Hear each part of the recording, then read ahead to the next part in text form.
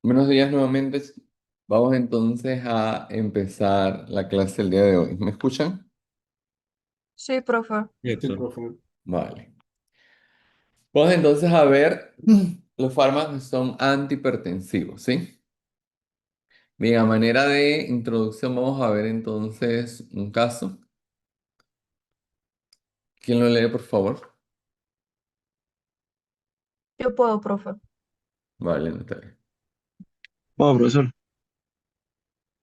Un hombre de 61 años que padecía hipertensión había estado tomando hidroclorotiazida y propanolol durante 2 meses, pero el tratamiento no consiguió controlar completamente su presión arterial. Recientemente se le había diagnosticado hiperplasia benigna de próstata y sufría nicturia frecuente. Su médico tratante decidió añadir un tercer fármaco que también podría ayudar al paciente con la dificultad para orinar.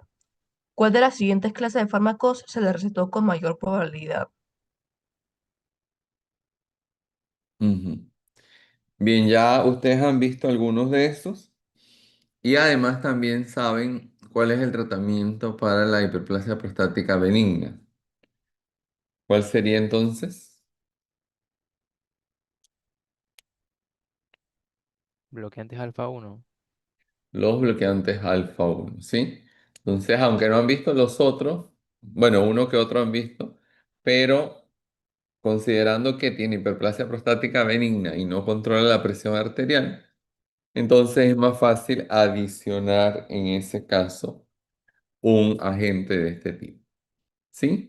¿Qué adverso debe tenerse presente para este paciente? Considerando la medicación y un paciente de 61 años.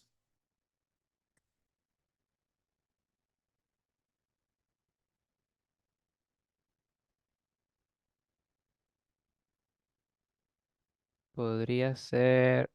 Bueno, la hipotensión no creo. Sería entonces la infertilidad, puede ser. ¿Perdón? Infertilidad probablemente.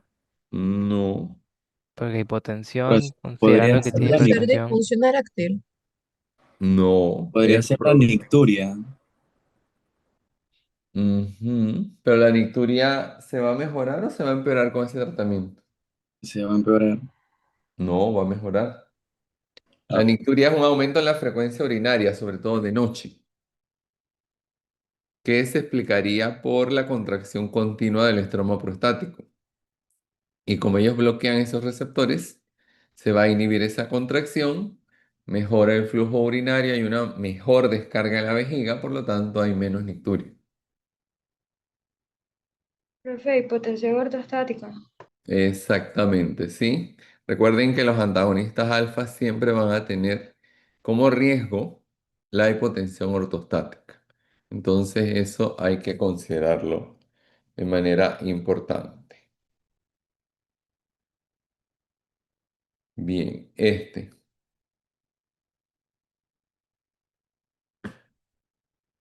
Digo yo, profe. Ajá, si quieres, sí. Ok. Un varón de 38 años fue diagnosticado de hipertensión 156/99 durante un examen físico rutinario.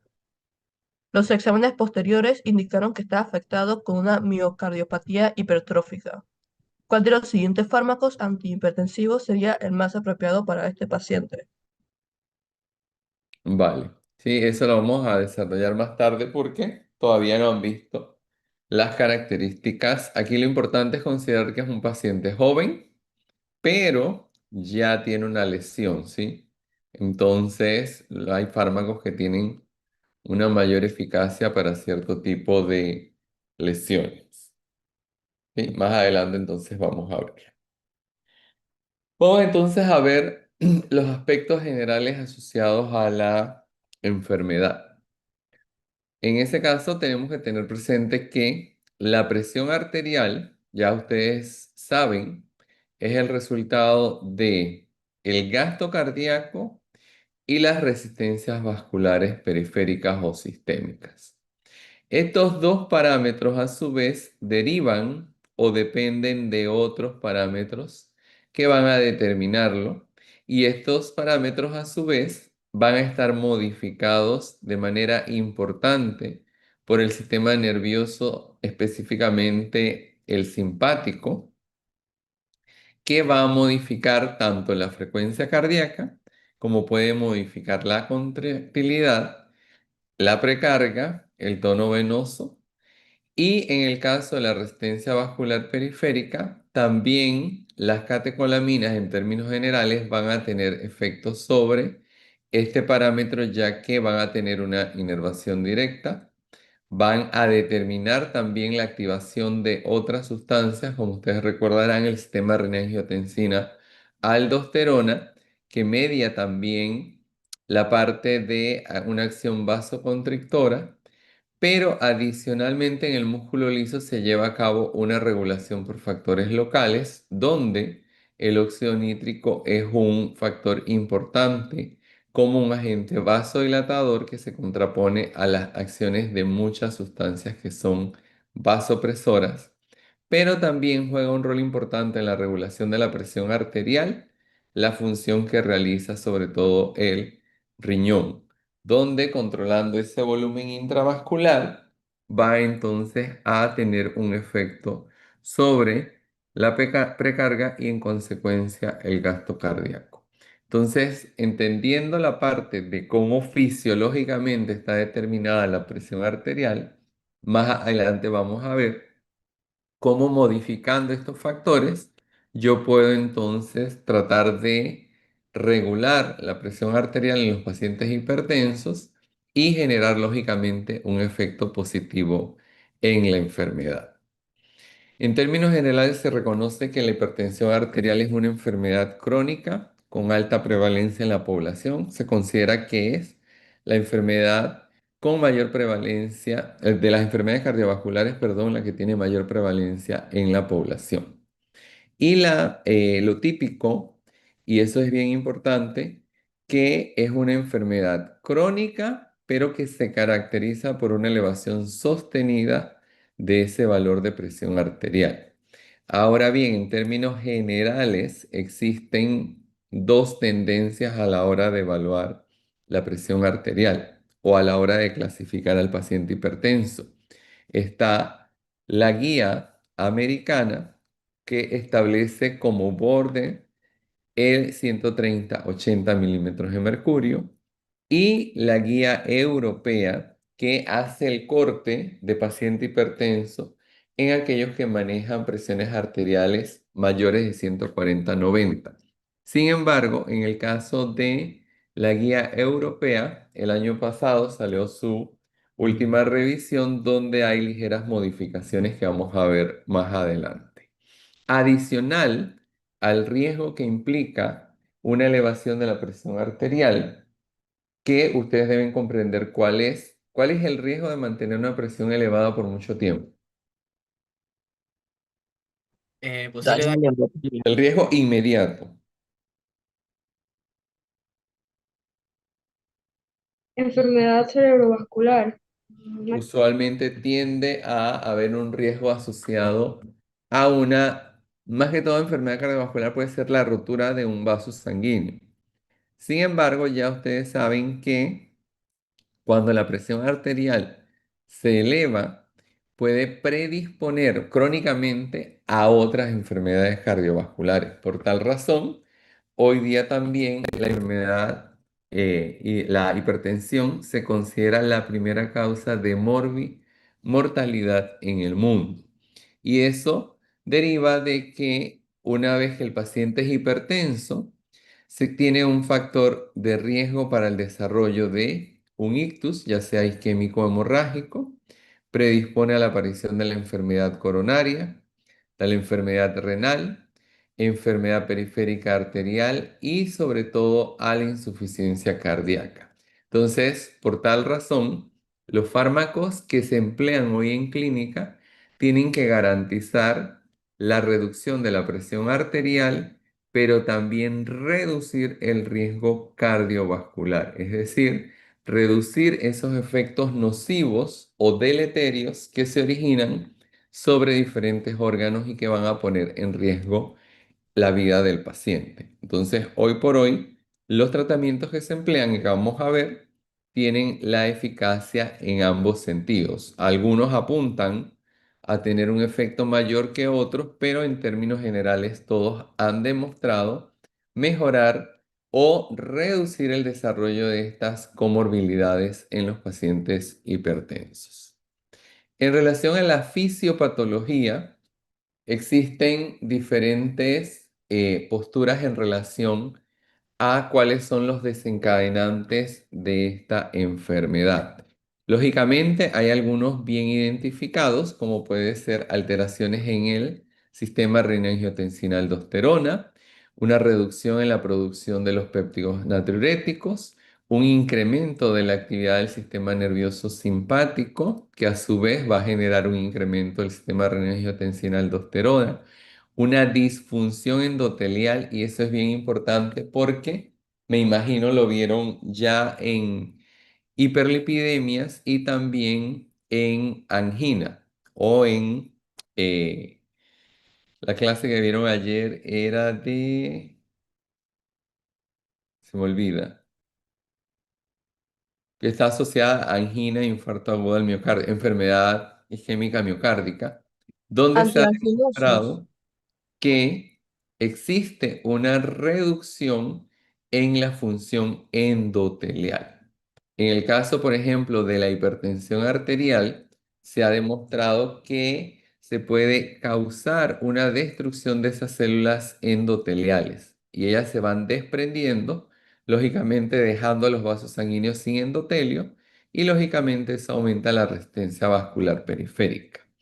En los últimos años, derivado de investigaciones preclínicas, se ha demostrado que el sistema inmune puede jugar un rol importante en la hipertensión arterial, donde se ha observado que las células del sistema inmune mantienen o expresan, mejor dicho, receptores a las catecolaminas. Por lo tanto, un incremento de esa respuesta inmune o del sistema inmune causará efectos en estos tipos de células. También no se puede dejar de lado y hay mayor evidencia que los factores externos, hablando de contaminación ambiental, auditiva y sobre todo el estrés, es un factor determinante que está involucrado en la fisiopatología de la hipertensión arterial. Por eso entonces esta enfermedad se considera que no tiene un factor, sino que son múltiples factores los que contribuyen al desarrollo de ella. Por lo tanto, es una enfermedad compleja desde el punto de vista de tratamiento. Desde el punto de vista clínico, nosotros vamos a tener dos tipos de hipertensión. La hipertensión denominada esencial, que representa la mayoría de los casos, el 90 al 95%, y que no tiene causas definidas. En algunos libros aparece como hipertensión esencial, primaria o también conocida como idiopática. Se considera que es una enfermedad compleja y multifactorial y una de las características importantes que tiene es que es asintomática. Entonces, esto es importante porque los pacientes suelen decir, yo me siento bien, no tengo nada, pero la enfermedad, perdón, la hipertensión, en este caso se considera una enfermedad sin síntomas particulares. Lógicamente, involucra factores genéticos, ambientales, participación de los sistemas que ya mencionamos hace un momento. El otro tipo de hipertensión se denomina hipertensión secundaria y es apenas entre el 5 y 10% de los casos. Esta hipertensión usualmente se deriva de otras patologías preexistentes o subyacentes en el individuo, como puede ser la existencia del feocromocitoma, aldosteronismo primario, enfermedades renales, estenosis de la arteria renal, alteraciones de tiroides o paratiroides, exceso de los corticoides o enfermedad de Cushing y casos particulares asociados a el uso de fármacos. Por lo tanto, en algunos casos, cuando el fármaco está desarrollando hipertensión arterial, muchas veces se puede hacer el cambio o la retirada del medicamento. Sin embargo, en otros casos, por ejemplo, como patologías inmunológicas, el paciente va a requerir el tratamiento y lógicamente tiene implícito el desarrollo de la hipertensión. Entonces lo que hay que hacer es manejar esa hipertensión para controlar o reducir el riesgo de las complicaciones cardiovasculares. Aquí se presenta cuáles son los niveles de presión arterial de acuerdo a la guía americana del 2017, donde establece que la presión normal es menor de 120, menor de 120-80, perdón, milímetros de mercurio. Establecen una hipertensión elevada y el primer estadio es el punto de corte mayor de 130-80. En este caso, ellos establecen dos estadios en los cuales pues habrá que dar tratamiento farmacológico de acuerdo a las características del paciente. Por su parte, la guía europea establece esta en su última versión un cambio y establece también el parámetro de presión arterial elevada, considerando un rango de 120 a 139 de sistólica y diastólica de 70 a 89. Sin embargo, clasifica a los pacientes como hipertensos aquellos cuya presión arterial, esta sistólica es mayor de 140 o la diastólica mayor de 90. Lógicamente, los pacientes que ya tienen este rango de presión arterial, el riesgo cardiovascular es suficientemente alto para necesitar un tratamiento farmacológico. Y ellos aquí hablan o establecen lo que se denomina como el AMPA y el MAPA. El AMPA es la automedición de la presión arterial que el paciente puede realizar y el MAPA se hace referencia al monitoreo de la presión arterial. El MAPA utiliza dispositivos electrónicos que miden aproximadamente cada 30 minutos la presión arterial durante el día y en la noche lo hacen aproximadamente cada hora.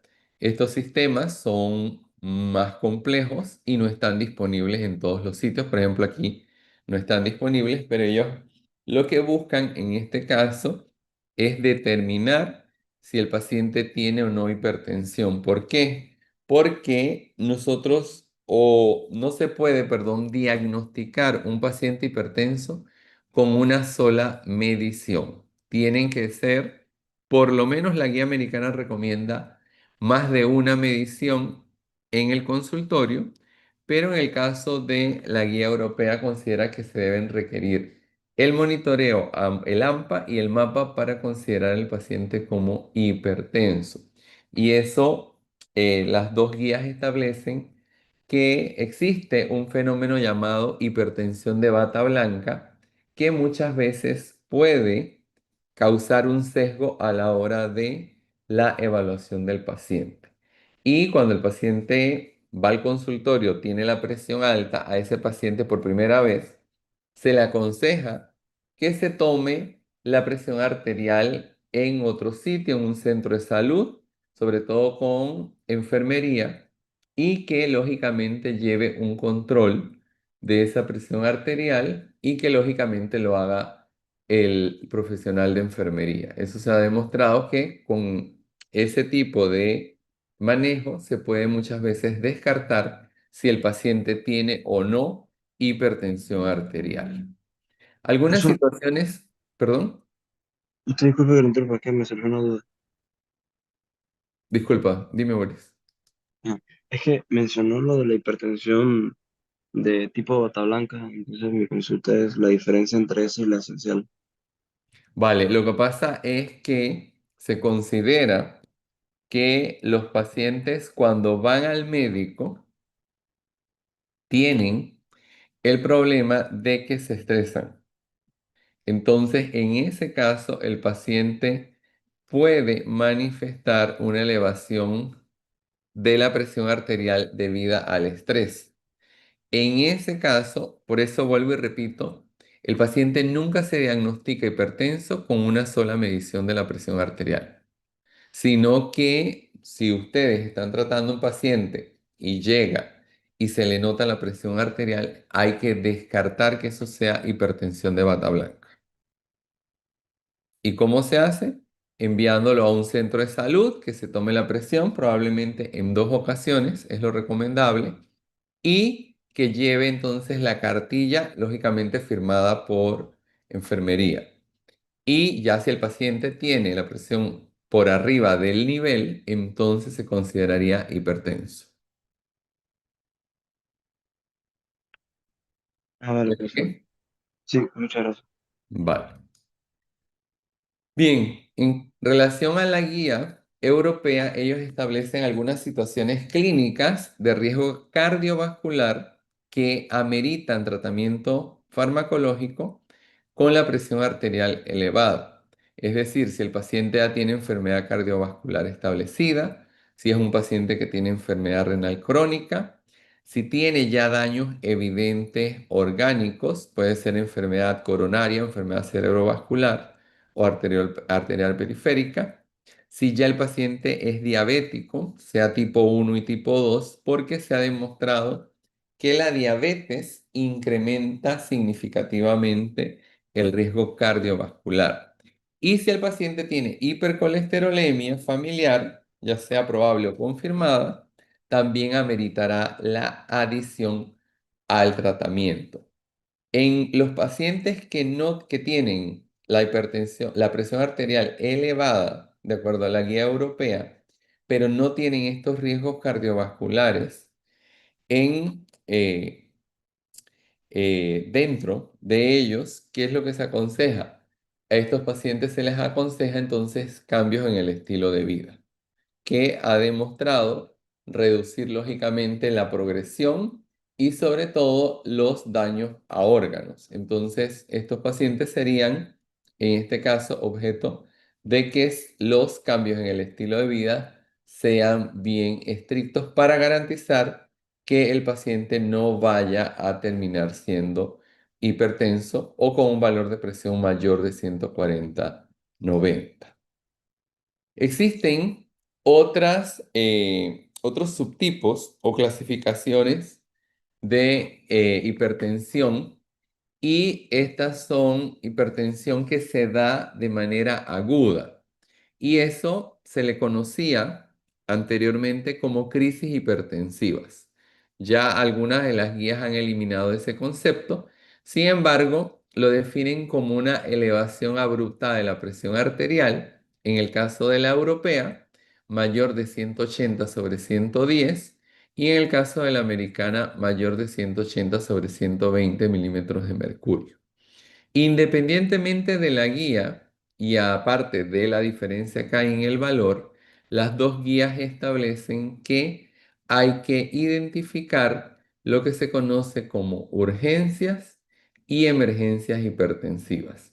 Más adelante vamos a ver cuál es el tratamiento que se da porque sí guardan diferencias muy estrictas y el abordaje terapéutico debe ser distinto. Existe también la denominada hipertensión arterial resistente y la denominada refractaria. En el caso de la hipertensión arterial resistente, las guías definen a un paciente que se puede categorizar como resistente cuando el paciente tiene una hipertensión arterial no controlada a pesar de estar tomando 3 medicamentos como mínimo y dentro de esos medicamentos debe ser un diurético tiazídico. Y en el caso de la refractaria, se define como la hipertensión no controlada a pesar de tener tratamiento con más de 5 fármacos. En ambos casos, pues muchas veces hay que derivar a un especialista, es decir, a cardiología, para que evalúe al paciente, recordando que la hipertensión arterial, dada su alta prevalencia y su mortalidad, es una patología que se trata desde atención primaria, es decir, medicina general. Entonces, se debe hacer el tratamiento y el seguimiento, si ya caemos en que el paciente tiene una hipertensión resistente o refractaria, debe ser entonces derivado a consulta especializada.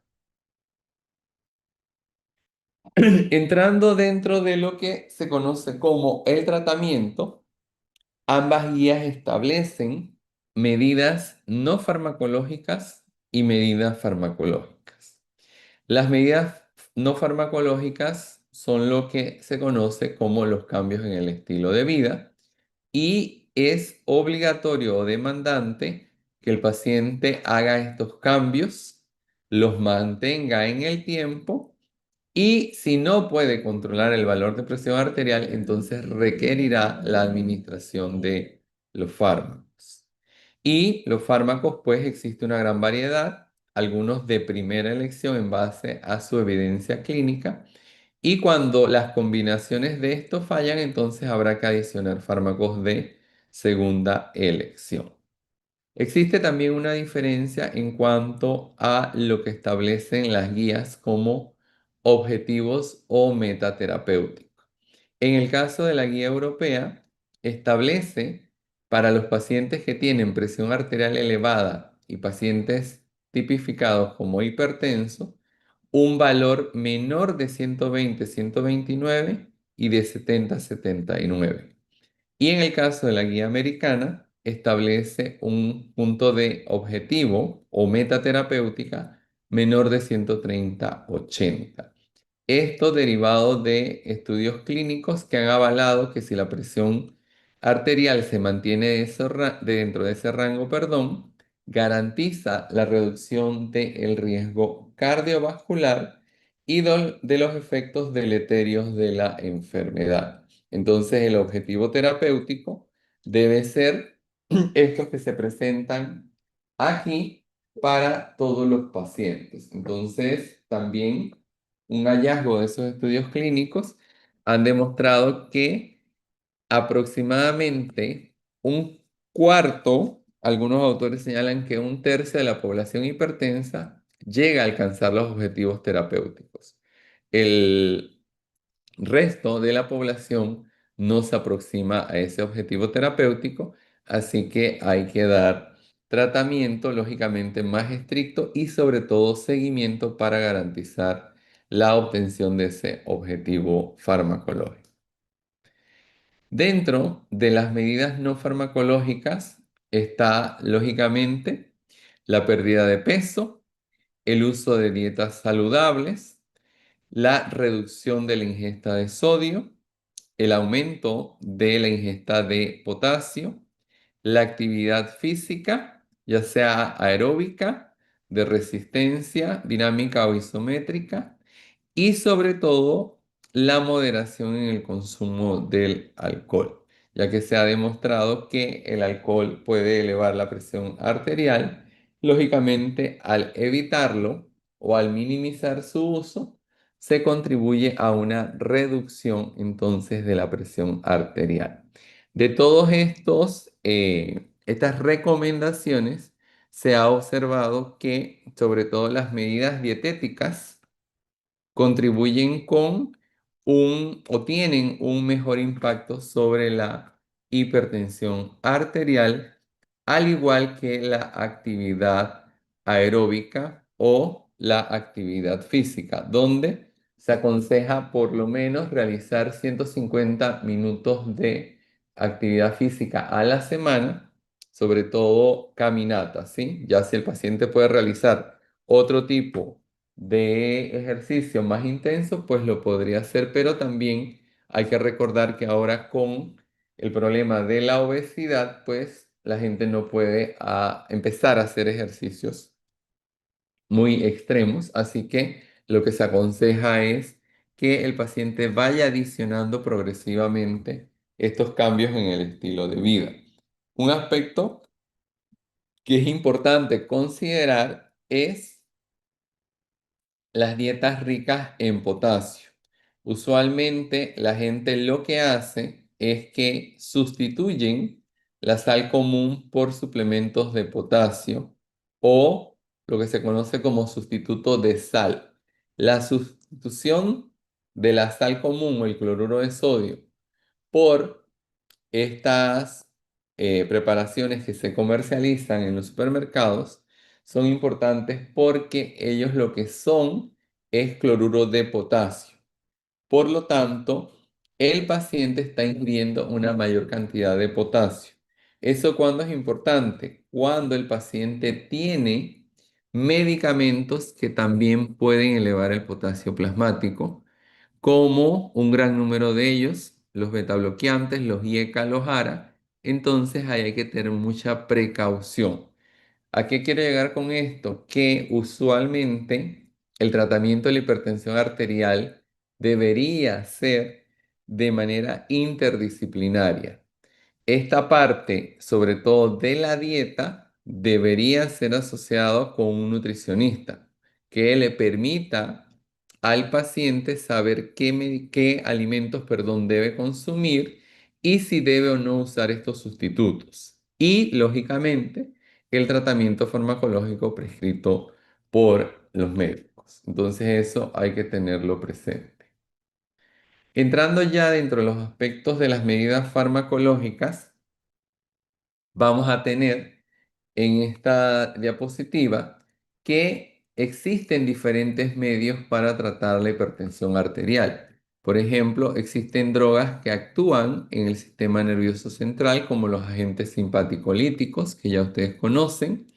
Algunos fármacos actúan principalmente a nivel del gasto cardíaco, como son los beta bloqueantes, que a su vez tienen un impacto directo sobre el sistema renina-angiotensina-aldosterona. Están los moduladores de ese sistema, como los IECA, los ARA y los antagonistas del receptor de mineralocorticoide. Están aquellos agentes que actúan reduciendo primordialmente el volumen plasmático, afectando en este caso la precarga y el gasto cardíaco, como son los diuréticos que ya ustedes conocen, pero también existen un gran número de agentes denominados vasodilatadores, de los cuales muchos están considerados en otras clases, pero que tienen un efecto vasodilatador directo y que van a reducir las resistencias vasculares periféricas. Siempre tener presente que cuando estamos administrando estos fármacos o cualquiera de ellos, debemos tener presente que algunos de ellos pueden desencadenar respuestas reflejas por la modulación de la resistencia vascular periférica.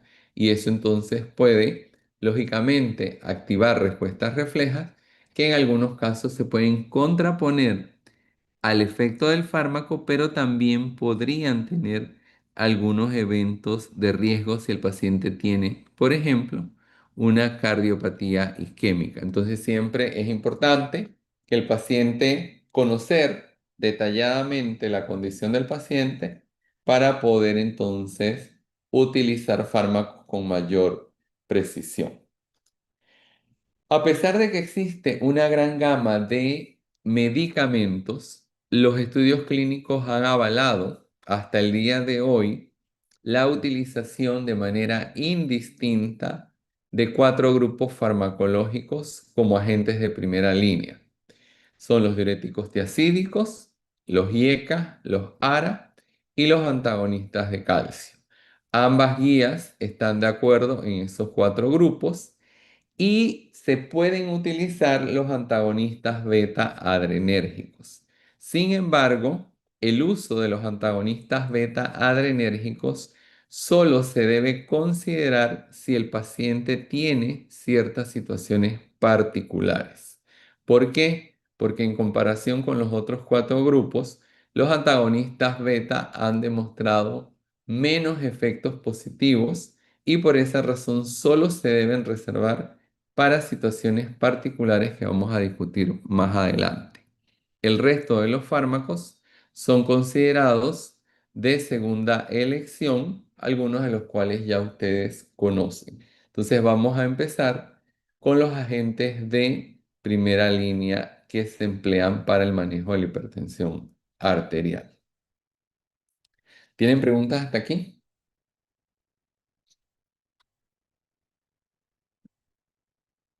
Yo tengo una pregunta. Cuando mencionó a la diapositiva anterior sobre los principales agentes, Ujú. por lo menos me dio curiosidad, que no mencionó los inhibidores de la neprilicina. No sé si es porque no tienen Vale. alguna importancia o no se ha demostrado. Ujú. Válida la pregunta. Ese medicamento fue estudiado para el manejo de la hipertensión arterial. Sin embargo, cuando se combinó con valsartán, en este caso se encontró que su mayor efecto era sobre la insuficiencia cardíaca. Entonces salió al mercado como un fármaco para el manejo de la insuficiencia cardíaca y no así para la hipertensión arterial. Ahora mismo se están corriendo ensayos con el inhibidor de neprilicina en pacientes hipertensos, pero todavía no tiene esa indicación, solamente tiene para insuficiencia cardíaca. Sin embargo, la mayoría, sobre todo en Europa, se considera que tiene muy buena eficacia para controlar la presión arterial, así que se espera que en algunos años se pueda utilizar. Listo, gracias, profesor. Vale. Vamos a ver entonces el primer grupo de agentes. El primero de ellos son los diuréticos tiacídicos. De los diuréticos tiacídicos, ustedes ya los vieron en clase y están representados por el prototipo que es la hidroclorotiazida y hay otros derivados que son la clortalidona, la indapamida y la metolazona, denominados también tiacidas like o derivados de tiacida. Estos agentes ustedes recordarán cómo ejercen su efecto diurético, cómo ellos actúan. Ellos bloquean el transportador sodio-cloruro a nivel de la porción distal de la ADN, o sea, de la ADN, del túbulo Exacto. contralateral. Sí, son inhibidores del contraportador de cloruro de sodio. Eso les confiere un efecto natriurético y lógicamente un efecto diurético. Eso, como consecuencia, disminuye el volumen extracelular, la precarga y reduce el gasto cardíaco. Sin embargo, ustedes recordarán que el uso crónico va generando una pérdida de ese efecto diurético. Pero por accidente se descubrió que los animales que estaban siendo tratados con diuréticos tiacídicos, a pesar de que el efecto diurético disminuía, estos animales manifestaban una reducción de la presión arterial.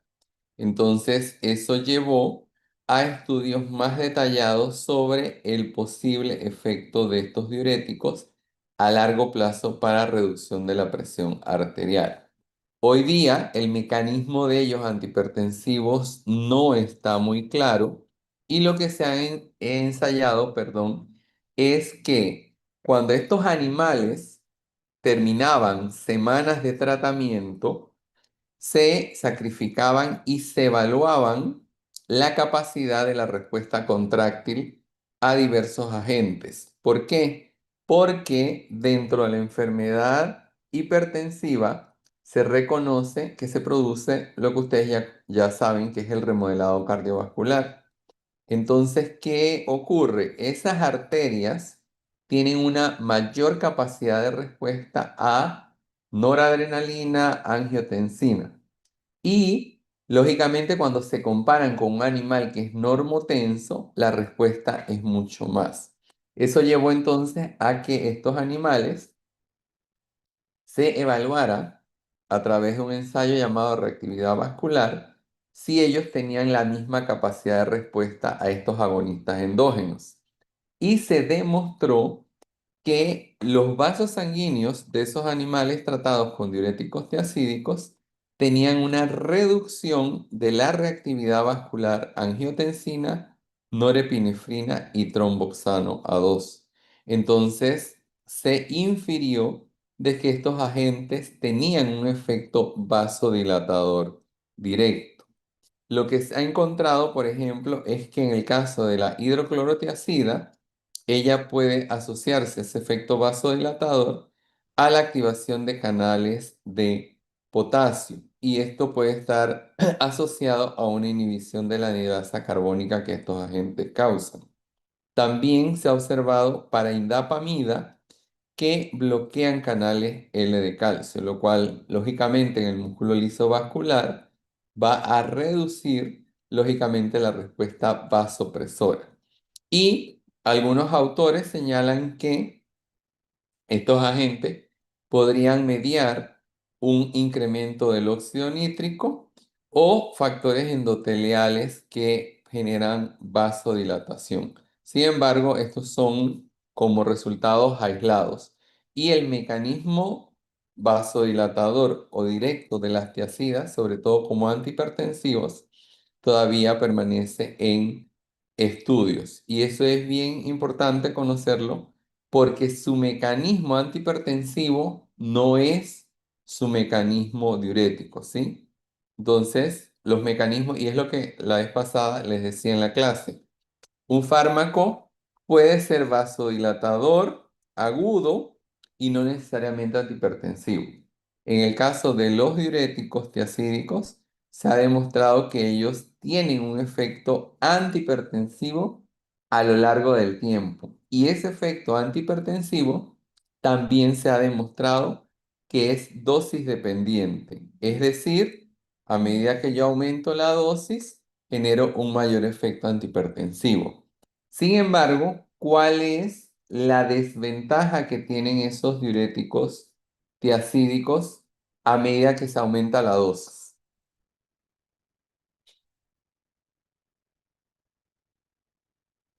Que salen más efectos adversos. Exactamente. ¿Y cuál es el principal efecto adverso de estos diuréticos? Alteraciones en los electrolitos. Que, Alteraciones electrolíticas, en particularmente ¿cuál? Potasio. ajá, que ¿Perdón? puede precipitar la diabetes porque se disminuye el potasio. Ujú, esa sería metabólica.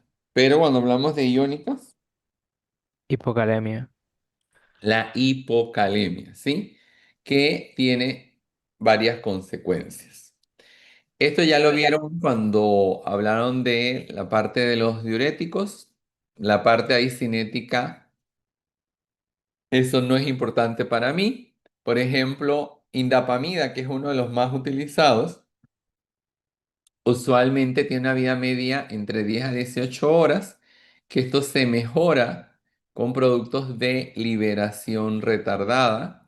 Y la que es un poco más distinta o diferente es la clortalidona, donde se observan tiene una duración de acción mucho más prolongada, que de hecho es el que más duración de acción tiene, razón por la cual en algunos países se prefiere utilizar clortalidona versus, por ejemplo, el prototipo que es la hidroclorotiazida, donde la hidroclorotiazida tiene duraciones de acción de 12 horas, lo cual amerita entonces administraciones más frecuentes, mientras que clortalidona o, por ejemplo, la metolazona se administran una vez al día garantizando un efecto prolongado.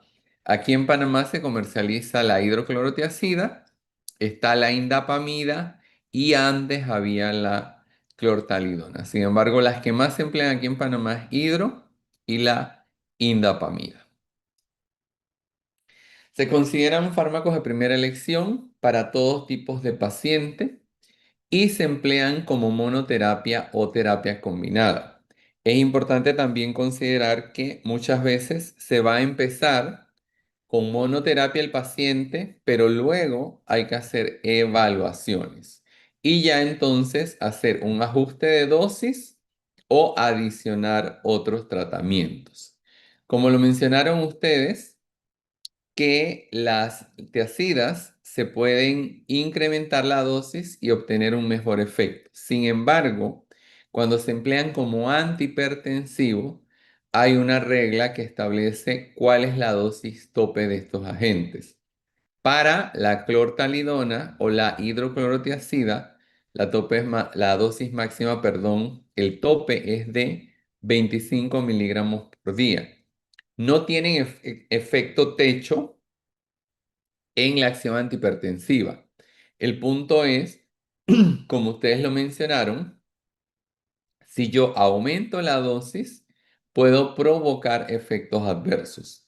Y uno de los más importantes son el desbalance electrolítico que se puede producir. Una característica también que tienen que saber es que estos agentes alcanzan la eficacia antihipertensiva entre 4 a 6 semanas, razón por la cual no se pueden hacer ni ajustes de dosis ni adicionar otros tratamientos en periodos menores al recomendado. Entonces siempre se harán evaluaciones de eficacia y luego, si ya pasó el periodo de 4 a 6 semanas, se puede entonces aumentar la dosis o adicionar otro tratamiento, considerando que se empiecen con dosis más bajas. Están indicadas también en la hipertensión sistólica aislada. Dosis menores cada vez que se combinen con otros agentes. Recuerden, es un sinergismo lo que se busca aquí. Por lo tanto, tienen que tener mecanismos de acción distintos. Se pueden utilizar dosis más altas de diuréticos tiacídicos en hipertensión refractaria o en pacientes con insuficiencia cardíaca que cursan con volemias más altas, por lo tanto hay que aumentar la dosis. Una característica que me imagino les mencionaron es que las tiacidas, su acción depende a nivel renal de una tasa de filtración glomerular eficiente. Sin embargo, indapamida, metolazona y clortalidona han demostrado que tienen buena eficacia o mantienen su eficacia en pacientes que tienen tasas de filtración glomerular menores de 30 mililitros por minuto, razón por la cual estos agentes son los que se están empleando con mayor frecuencia hoy día. De sus efectos adversos, tenemos las alteraciones hidroelectrolíticas, la deshidratación, la hipovolemia, la hipocaliemia, hipomagnesemia, hiponatremia, hipercalcemia, alcalosis hipoclorémica. La hipocaliemia, que es el efecto más relevante, se asocia a la dosis, tiene un efecto importante sobre el corazón porque se afecta la repolarización y puede inducir arritmias cardíacas. De hecho, esto fue lo que llevó a la regulación de las dosis tope para el tratamiento de la hipertensión arterial porque algunos pacientes presentaron arritmias cardíacas que predisponían a QT prolongado, así que este es un efecto adverso bastante importante. Pueden causar a nivel gastrointestinal irritación, náuseas, anorexia y también estreñimiento.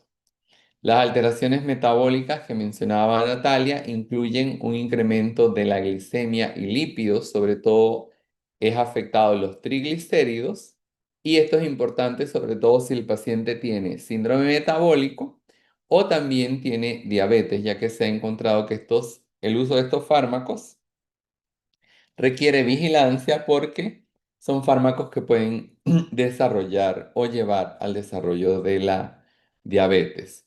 Un aspecto importante y que determina también su utilización, me imagino ya lo vieron, es que ellos reducen la eliminación del ácido úrico.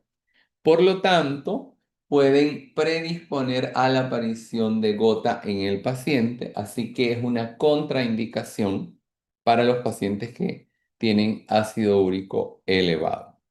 Pueden producir alteraciones del sistema nervioso central y otras reacciones incluyen reacciones alérgicas a sulfas.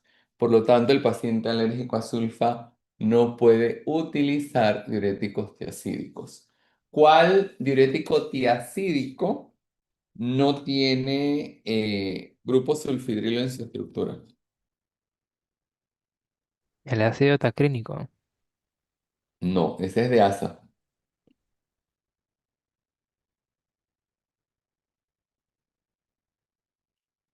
Los que son parecidos a tiacídicos, pero que técnicamente no lo son. ¿Cuáles? Los de indapamina, metolazona. No.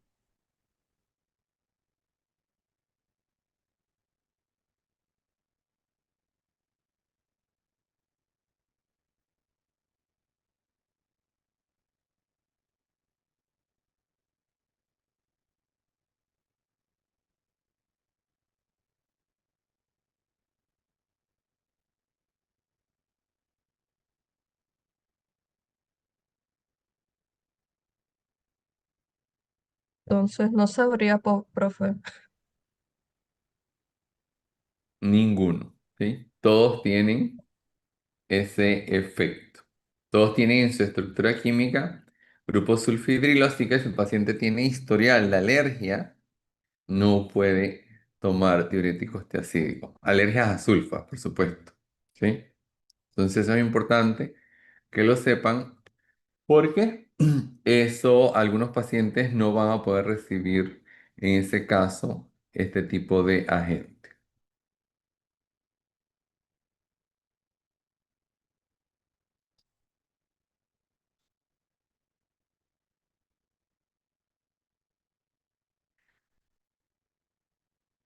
Bien, vamos a ver entonces las interacciones medicamentosas desde el punto de vista sobre todo antihipertensivo. Ellos mejoran la eficacia de todos los antihipertensivos y es común que se administren concomitantemente con diuréticos ahorradores de potasio. De los diuréticos ahorradores de potasio, ¿cuáles son las dos clases que existen? Antagonistas de aldosterona, inhibidores de ENaC. Exactamente. Lo más común es que a veces vengan en una sola tableta el diurético tiacídico con el ahorrador de potasio. Sí, eso es importante.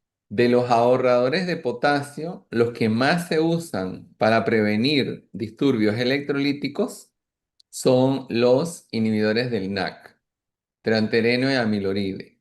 Pero estos agentes no han demostrado eficacia antihipertensiva, ¿sí? Se usan solo con esa finalidad.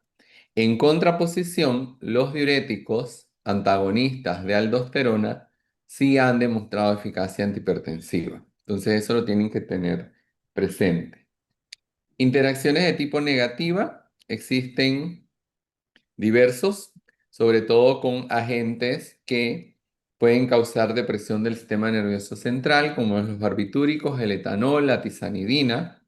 Los IMAO, los antidepresivos, van a potenciar el efecto hipotensor. Con AINES y glucocorticoides disminuyen la eficacia antihipertensiva. Con sales secuestrantes de ácidos biliares reducen la biodisponibilidad. Con digitálicos hay un riesgo de toxicidad. Ese riesgo de toxicidad lo van a ver más tarde, pero les adelanto un aspecto importante.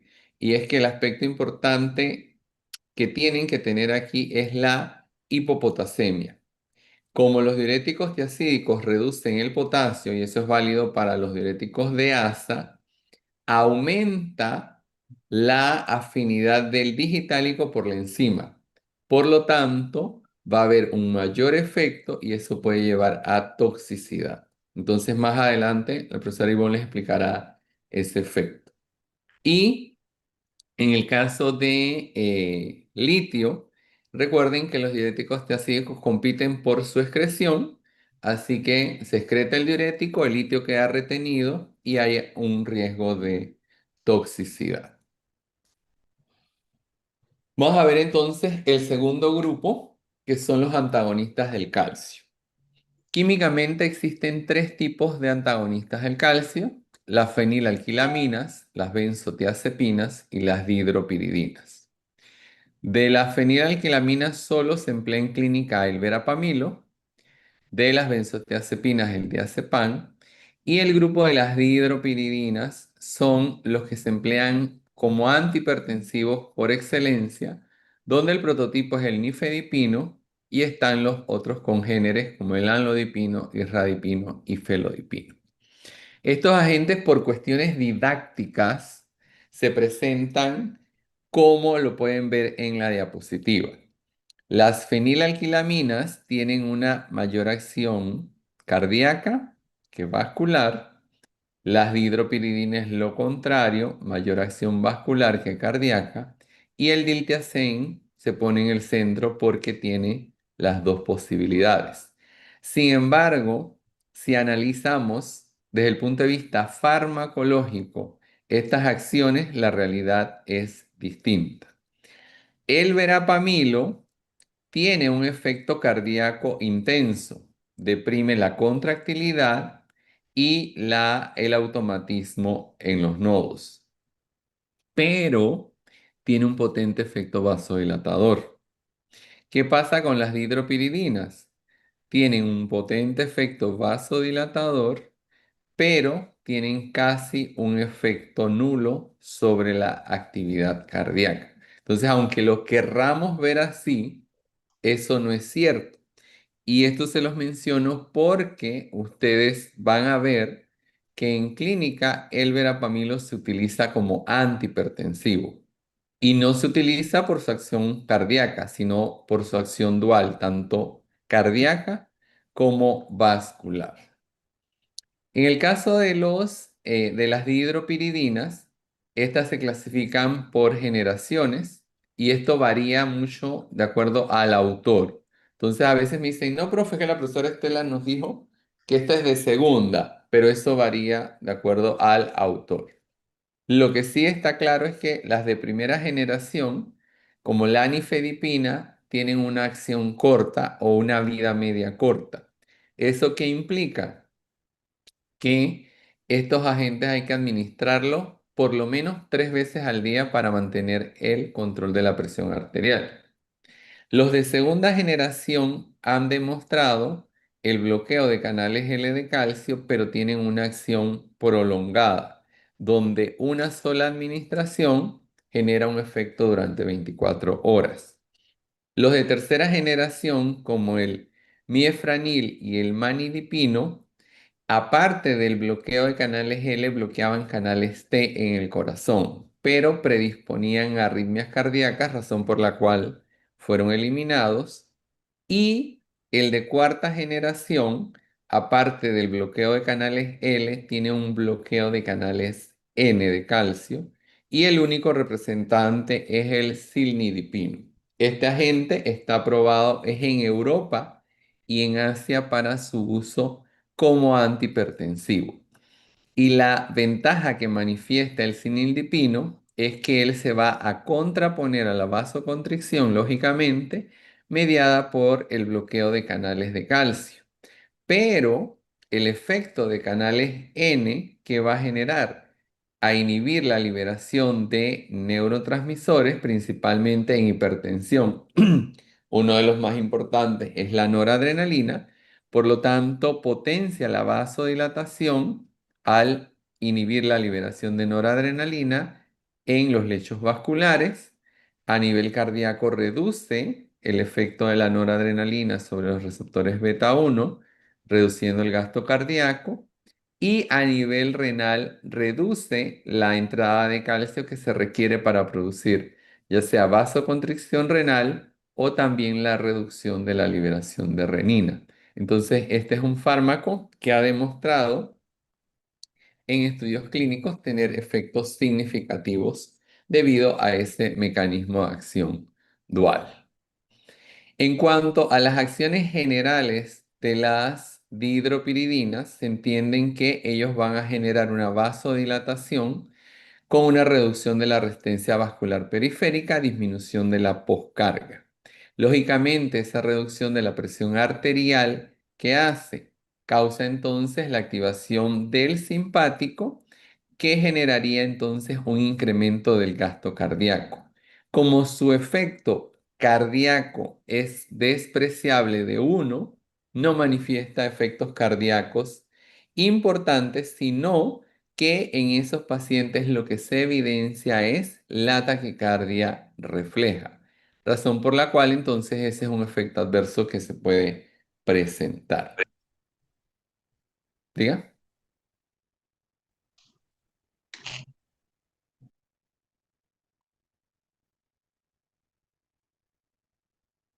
¿No? Vale.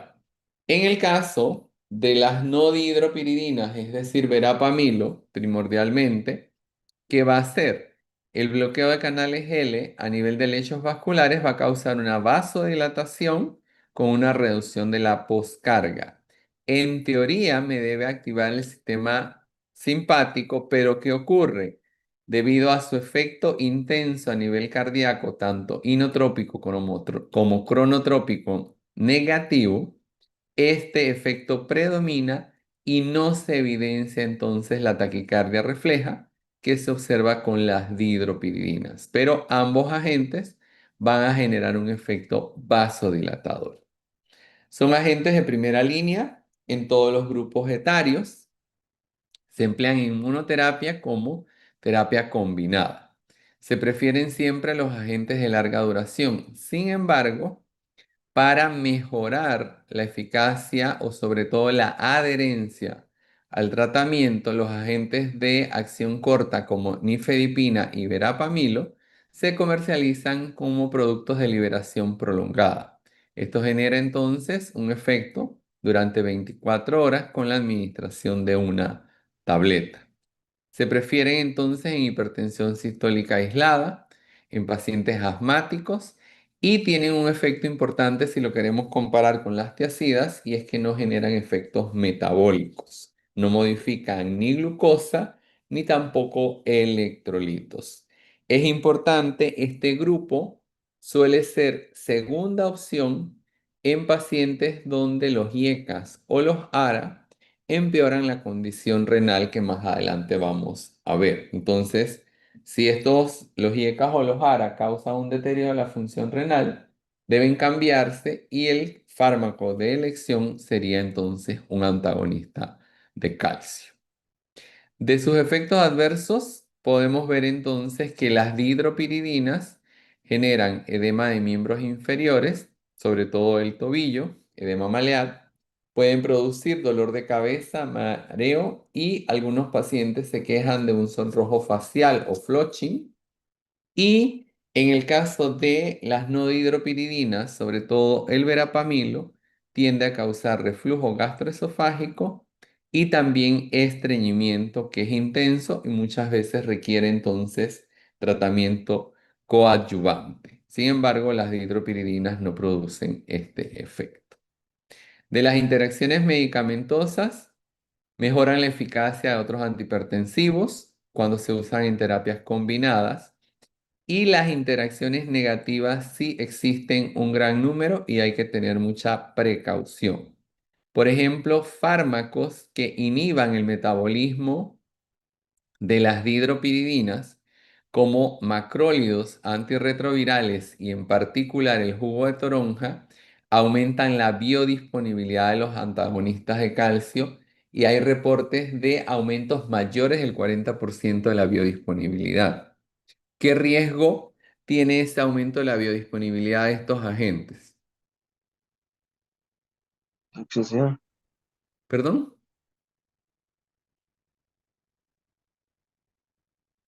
No, no escuché bien. Que sí causa toxicidad. ¿Pero qué tipo de toxicidad? Disminuiría mucho más la presión arterial.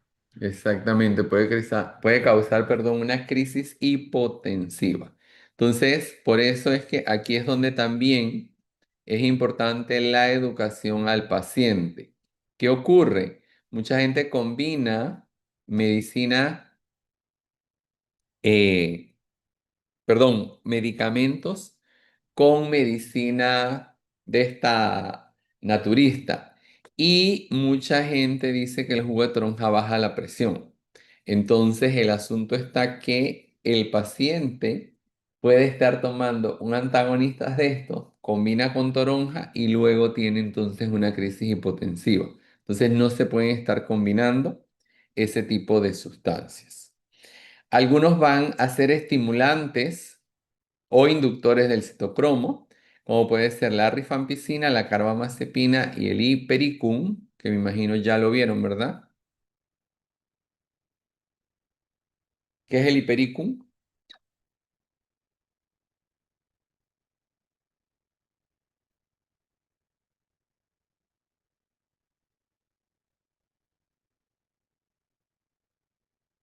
No era un derivado de una planta.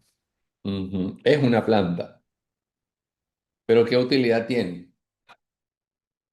Antihipertensivo, Un, antidepresivo, exactamente un antidepresivo, ¿sí? O la hierba de San Juan, como se le conoce.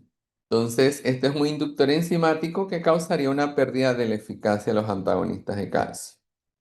Con estatinas, sí es importante verapamilo, porque verapamilo bloquea el 3A4, eleva la concentración de la estatina. ¿Y cuál es el riesgo de una toxicidad por estatina?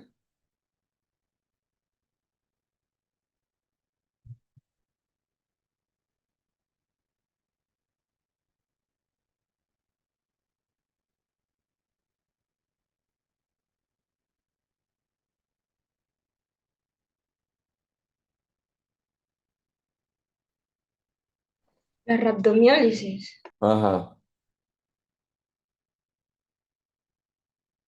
La rhabdomiólisis. Entonces, la interacción con verapamilo es muy importante para las estatinas debido al riesgo de rhabdomiólisis.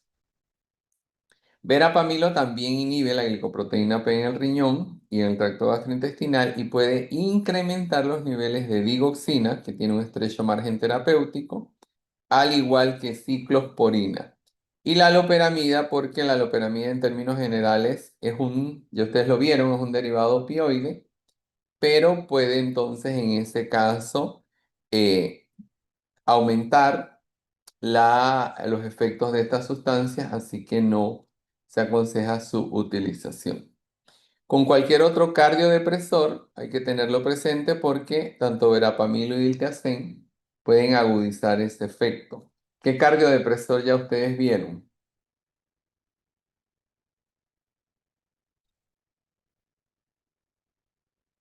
Serían los beta bloqueantes cardioselectivos. Los beta bloqueantes de manera general. Si recuerden que todos son bloqueantes beta 1, por lo tanto van a promover en ese caso cardiodepresión. ¿Qué otros agentes ya vieron? Bloqueadores de los canales, ¿Perdón? los bloqueadores de los canales de calcio. Ajá, pero ya esos son verapamil y diltiazem, ¿cuál más? ¿Qué otro cardiodepresor ya ustedes han visto?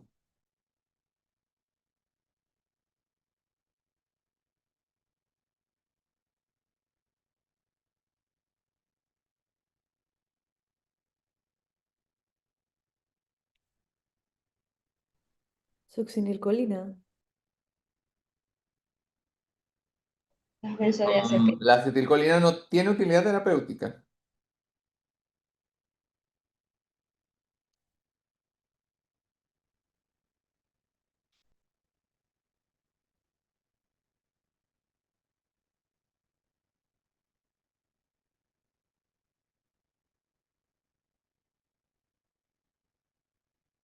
¿Mm? Sí tiene, pero solo por un caso.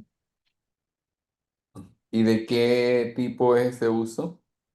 Para la miosis transitoria. Exactamente, entonces no es para efecto sistémico, por lo tanto, no tendría ese efecto cardiodepresor. Recuerden que están los agonistas colinérgicos que también son cardiodepresores. Entonces, son cositas que tienen que ir recordando, ¿sí? Que ya la vieron. Vamos entonces con los inhibidores del sistema renina-angiotensina. En ese caso, este sistema fue descrito hace muchos años en un modelo experimental donde se observó que a unos perros se le clampeaba la arteria renal y al poco tiempo los animales desarrollaban hipertensión. Entonces, dos grupos de investigadores, uno en Argentina y otro en Estados Unidos, estaban haciendo lo mismo y sus resultados salieron casi a la par, donde decían que ese procedimiento generaba algún mediador que llevaba a la elevación de la presión arterial. Años más tarde se pudo describir el sistema renina-angiotensina-aldosterona. Si bien es cierto, por muchos años se estuvo tratando de buscar herramientas para bloquear ese sistema, no fue sino en la década como 1960 70 que se observó que la serpiente, una serpiente del Brasil, cuando mordía a las víctimas causaba una caída abrupta de la presión arterial. Y de ahí fue entonces que se descubrió una sustancia peptídica en el veneno de la serpiente que era responsable de causar la caída en la presión arterial debido a que inhibía a la enzima convertidora de angiotensina. A partir de ahí se empezaron a hacer estudios con derivados no peptídicos y se obtuvieron, en ese caso, los primeros inhibidores de la enzima convertidora de angiotensina. Posteriormente, se observó que había una pequeña población de pacientes que no respondía bien a estos medicamentos y se empezaron a buscar alternativas terapéuticas. Y un abordaje que se hizo fue considerar que la angiotensina 2 tenía hasta ese momento dos receptores, el AT1 y el AT2, y el malo de la película era el receptor AT1 porque era el responsable de todos estos efectos que ven aquí y que adicionalmente liberaba aldosterona. Eso llevó entonces a que se desarrollaran medicamentos bloqueantes del receptor AT1 que se conocen como antagonistas del receptor de angiotensina 2 o también se les llama de manera genérico sartanes. Desde que se descubrió esa hipertensión, se hicieron muchos intentos por bloquear directamente la renina. Sin embargo, en ese caso, los resultados fueron infructuosos hasta la década de 1990, entrando a los años 2000, donde se pudieron obtener los primeros inhibidores directos de renina de naturaleza química, porque los peptídicos no funcionaron.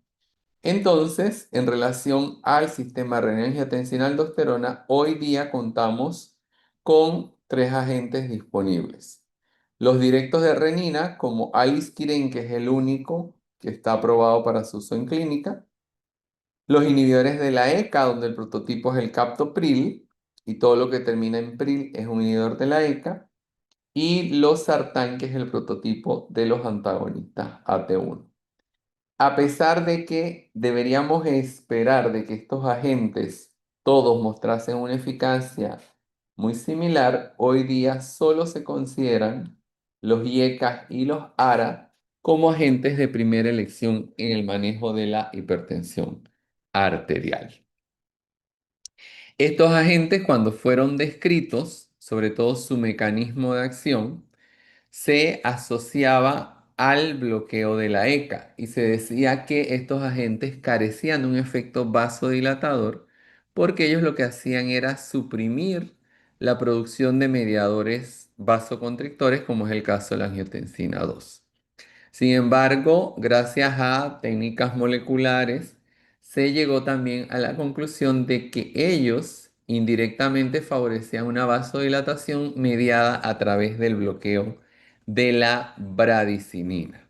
La bradicinina es un péptido que produce a través de la ECA péptidos inactivos, pero la bradicinina genera vasodilatación. Entonces, cuando yo estoy bloqueando la ECA, se inhibe la producción de angiotensina 2, pero también bloqueo bradicinina y se potencia el efecto.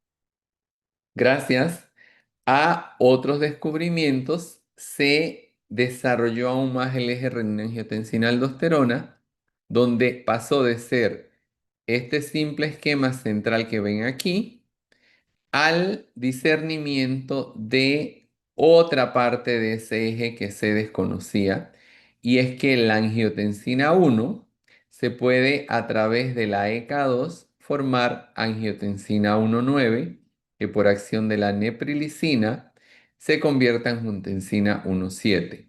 O esa angiotensina 1 se convierte por una endopeptidasa angiotensina 1,7 directamente, donde la angiotensina 1,7 puede producir por alamandina estimulación del receptor MRGD, pero también estimula el receptor más R y estimula también, en este caso, la 1,9 al receptor AT2.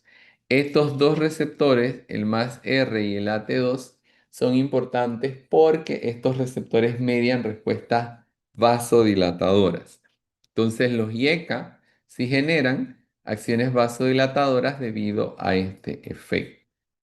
Ellos van a mediar efectos de incremento del óxido nítrico por inhibición de calcio asociado a la bradicinina, el bloqueo de la vía de las MAP quinasas, estimulación de la quinasa IP3-AKT, tienen efectos antifibróticos, antiinflamatorios, antiproliferativos, antioxidantes y cardioprotectores. Uno de los puntos más importantes con los inhibidores de la ECA fue que en los estudios clínicos demostraron revertir la hipertrofia ventricular izquierda, razón por la cual esto también contribuyó a que estos fármacos sean considerados agentes de primera línea. Dijimos que el captopril es el prototipo de estos agentes. Sin embargo, está el fosinopril, enalapril, lisinapril, menazapril, tandolapril, etc. Y lo importante aquí es que captopril y lisinopril son las únicas dos moléculas activas por vía oral. El resto tiene que ser biotransformado en el hígado para producir entonces el metabolito activo, que es el que causará la inhibición de la enzima y en consecuencia los efectos. Aquí tienen algunas características de estos agentes, pero eso se los dejo para que lo tengan ahí. No voy a discutir cada uno de esos agentes porque la diferencia radica más que todo en propiedades cinéticas y no en cuanto a las propiedades dinámicas.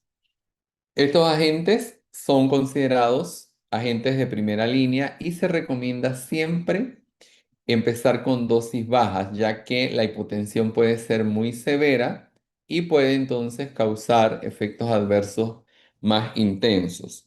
Por otro lado, también se asegura, como suprimen el eje renin-angiotensina-aldosterona, que van a disminuir la volemia, bloqueando la acción de la aldosterona, así que los pacientes deben tener unas ingestas de líquido adecuadas.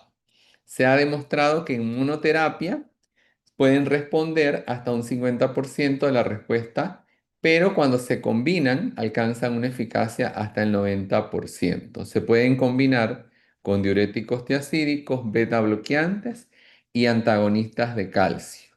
Todos los antihipertensivos se pueden mezclar de manera general porque se busca es alcanzar el objetivo terapéutico. La única combinación que está vetada en antihipertensivos es IECAS con ARA, ¿sí? Y eso se derivó de un estudio clínico donde se dedujo que obviamente si se combinaban podrían obtenerse efectos benéficos y lo que se demostró fue que se generaban efectos tóxicos. Entonces, en ese caso, esa combinación está contraindicada. Como les decía, algunos pacientes tenían lo que se denominó escapes de IECAS y en ese caso eran pacientes que no respondían bien porque ustedes recordarán de fisiología, existen otros mecanismos para producir angiotensina 2 como la catepsina G, quimasa, así que estos pacientes parece que en algunos pacientes esa producción de angiotensina 2 depende más de esas rutas metabólicas que de la ECA1. Entonces, en ese caso, muchas veces hay que dar otros tratamientos. Han demostrado su uso en pacientes diabéticos debido a que retrasan el desarrollo y progresión de la nefropatía diabética, retrasan la progresión de otras enfermedades crónicas renales, sobre todo tienen un efecto significativo sobre la proteinuria, incluyendo enfermedades inmunológicas y son de elección en hipertensión arterial, en enfermedad isquémica y han demostrado reducir la morbimortalidad cuando se administran post-infarto agudo del miocardio. Un aspecto importante que es muy comparable con los antagonistas del calcio es que no modifican perfil glucémico ni lipídico. Entonces, esta es una ventaja importante si lo comparo con las tiazidas. Algo que debe vigilarse y que ha sido demostrado en estudios clínicos es que los IECAS tienen siempre un riesgo subyacente. En pacientes que tienen estenosis de la arteria renal bilateral o en pacientes monorrenos, estos medicamentos causan una caída de la tasa de filtración glomerular. Y puede ser también importante en pacientes con enfermedad renal preexistente. Sin embargo, se ha observado, sobre todo que en pacientes con enfermedades renales de diferente origen, los IECAS y en pacientes diabéticos generan ese efecto renoprotector. El punto radica aquí que para tener un control de ese efecto protector nocivo o deleterio, tiene que hacerse un seguimiento al paciente. ¿En qué consiste el seguimiento de ese paciente? Antes de iniciar el tratamiento, y eso es válido para los IECAS y los ARA, el paciente tiene que tener, o el médico debe tener de su paciente, el monitoreo de niveles de creatinina y potasio plasmático. Y durante la utilización de estos agentes se deben hacer evaluaciones de esos parámetros. Si esos parámetros se aumentan, que lo vamos a ver más adelante en qué porcentaje es la recomendación, el medicamento tiene que ser suspendido porque lo que está generando es el daño a nivel renal. Si el paciente sube, pero no sube a ese punto de corte y luego se regresa a la función basal o a su condición basal, el medicamento se puede mantener. Entonces es importante que cuando se va a iniciar terapias con IECA o ARA, se haga de manera obligatoria un seguimiento, porque no se puede pensar de que, no, este paciente no tiene riesgo. Todos los pacientes tienen el riesgo de desarrollar una insuficiencia renal inducida por estos agentes. Entonces, lo que se recomienda siempre es mantener el monitoreo y la vigilancia en ese caso. Y si recordarán, si el paciente estaba con IECA o ARA, generó el daño renal, se suspende el medicamento y se le cambia por un antagonista de calcio. Y la evidencia es más grande para los del tipo de dihidropiridinas que han demostrado mantener el control de la presión arterial, reducir los efectos deleterios de la enfermedad y en consecuencia generar una cardioprotección en esos pacientes. Así que esa es la recomendación. Disculpe, profesor, una pregunta. Bien. No me quedó claro la parte anterior, porque primero mencionó que estaban contraindicados cuando había ciertas condiciones renales, pero Ajá. después que pueden promover un efecto protector en el riñón. No Sí, entiendo esa parte. es que ellos tienen ese efecto dual. Sí, ellos pueden promover ese efecto, perdón. Lo que se ha evidenciado es que en un paciente que tiene estenosis bilateral o un paciente que es monorreno, es decir, que tiene un riñón, nunca se deben emplear. ¿Por qué? Porque en estos pacientes quien mantiene el flujo sanguíneo renal es la activación del eje renina-angiotensina-aldosterona. Entonces, como son condiciones patológicas, no se pueden utilizar. ¿Por qué? Porque si yo quito el eje renina-angiotensina-aldosterona, ¿qué pasaría? En ese Disminuye caso, demasiado la disminuiría el percepción. flujo hacia el riñón Ajá, ¿y qué puedo? Entonces, ¿a qué predispongo? a falla renal. Exactamente. Entonces, ahí está claro por qué no se deben usar, ¿vale? ¿Qué pasa en otras enfermedades renales? Por ejemplo, una enfermedad renal derivada de un proceso inflamatorio o una enfermedad autoinmune, perdón, por ejemplo, lupus, nefropatía por IgA o en un paciente diabético. donde el riñón está propenso al daño que generan todos estos productos de la glicosilación avanzada. ¿Qué se ha demostrado? Que bajas dosis de IECAS o ARA tienen un efecto nefroprotector. ¿Por qué? Porque al parecer en esos pacientes la activación de esa, en el caso del diabético, por ejemplo, esa activación que hay de la hiperglucemia lleva a una sobreactivación de ese eje y el eje renin-angiotensina-aldosterona recuerdan que tiene la capacidad para modificar estructuralmente la deposición de colágeno, la matriz extracelular y eso se ha asociado con un daño a nivel renal, sobre todo fibrosis. ¿Qué pasa con estos agentes? Cuando se utilizan en esas condiciones, han demostrado reducir la fibrosis.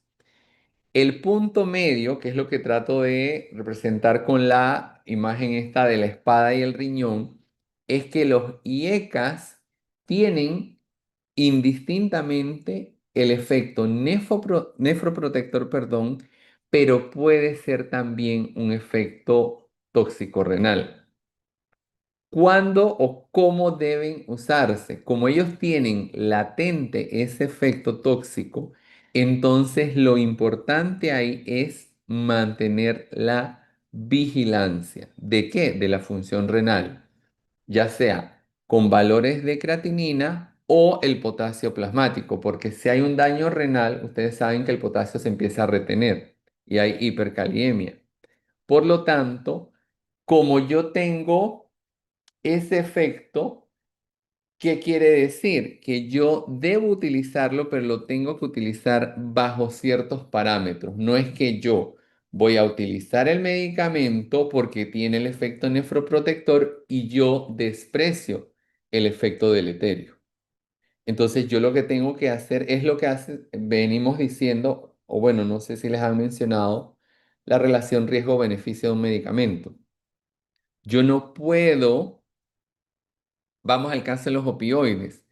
Los opioides son analgésicos potentes, pero tienen el potencial adictivo. La pregunta es, ¿yo no debo darle a un paciente que tiene un dolor severo un opioide por el riesgo a que vaya a desarrollar dependencia? No, yo tengo que sopesar riesgo-beneficio. Por supuesto, lo mismo es con los IECA. Tienen el efecto protector, pero tienen el efecto deleterio. Yo a un paciente que es diabético, sabiendo que aunque use los medicamentos para la diabetes, el paciente tiene ese a largo plazo el deterioro de la función renal que lo llevaría a un cuarto de hemodiálisis. No debo darle el IECA o el ARA.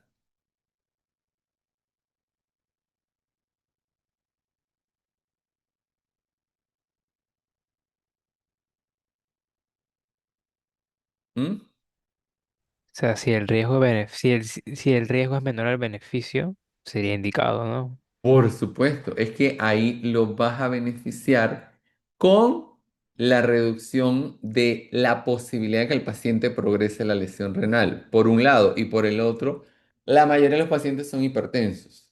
Entonces, por esa razón es que estos agentes en un paciente diabético o en un paciente que tiene una enfermedad renal van a ser agentes de primera línea por ese efecto nefroprotector. Lo que nunca puedo dejar de ver es que en esos pacientes se puede presentar el efecto nocivo y todos los pacientes que toman IECAS o ARA empieza a subir el nivel de creatinina las primeras semanas, pero posteriormente se estabiliza y no llega al punto de corte que lo vamos a ver más adelante.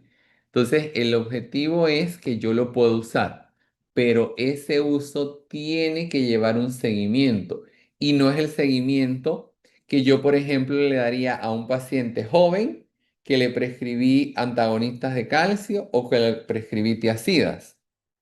Porque si es un paciente hipertenso, por ejemplo, y yo le prescribo un antagonista de calcio, ¿Cuál es el seguimiento que le debo dar?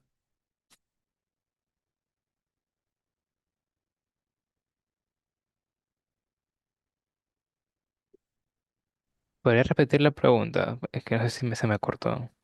Vale, yo tengo un paciente hipertenso y le voy a prescribir, vamos a amlodipino. ¿Cuál es el seguimiento que yo le debo dar a ese paciente hipertenso al cual le prescribí, perdón, amlodipino? ¿Sería asegurarnos que la presión no baje mucho más de lo normal? Eso sería el efecto adverso. Mi objetivo terapéutico, ¿cuál sería? Que efectivamente esté disminuyendo la presión arterial. Exactamente. Que ese paciente tomando el medicamento tenga un control de la presión arterial. Eso es con amlodipino. Ese objetivo terapéutico cambia con tiazidas, cambia con IECAS,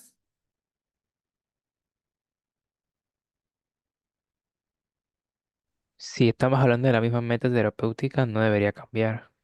no cambia. Lo que cambia es que parte del seguimiento con los IECAS, ¿cuál va a ser? ¿O cuál debería ser? Adicionalmente, sería lo que dice aquí la creatina y el potasio. Exactamente. Si estamos hablando con un diurético tiacídico, ese seguimiento con qué va acompañado. La hipocalemia, o sea, asegurarnos que no baje. Exactamente. ¿Lo ven o no lo ven? Estoy de acuerdo. Entonces, una Mi cosa objetivo. sería... Ajá, dime. disculpe, disculpe, disculpe. No, no, dale, dale. Entonces, una cosa sería ver hasta dónde es la meta que tiene y otra cosa es monitorear los posibles efectos no deseados. Sobre todo si el efecto no deseado puede comprometer al paciente. Porque, por ejemplo, si el paciente está tomando el diurético tiacídico y se queja de que ahora se para más veces en el baño y es un paciente joven, o sea, eso no lo va a matar. Pero un efecto como es una insuficiencia renal aguda, que yo la puedo prevenir si hago las evaluaciones y el seguimiento adecuado, eso sí es importante. Entonces ahí es donde el seguimiento cambia. El seguimiento es igual para todos de perseguir el objetivo terapéutico, que es reducir la presión arterial. ¿Por qué? Porque si yo reduzco la presión arterial, reduzco en este caso el riesgo cardiovascular del paciente. Pero si yo el medicamento lo uso, pero tiene un riesgo, en este caso, de un daño renal, yo ese paciente yo no lo puedo estar viendo cada 3 meses o cada 6 meses. Yo ese paciente debo verlo más seguido o por lo menos que el paciente haga las evaluaciones o los exámenes de laboratorio y yo pueda tener acceso a esos exámenes de laboratorio. Porque de nada me vale a mí estar tratando de controlar la presión arterial cuando yo le puedo estar produciendo un daño al paciente. Y ese es el caso de los IECAS y los ARA cuando se emplean, que siempre hay que tener en mente ese efecto.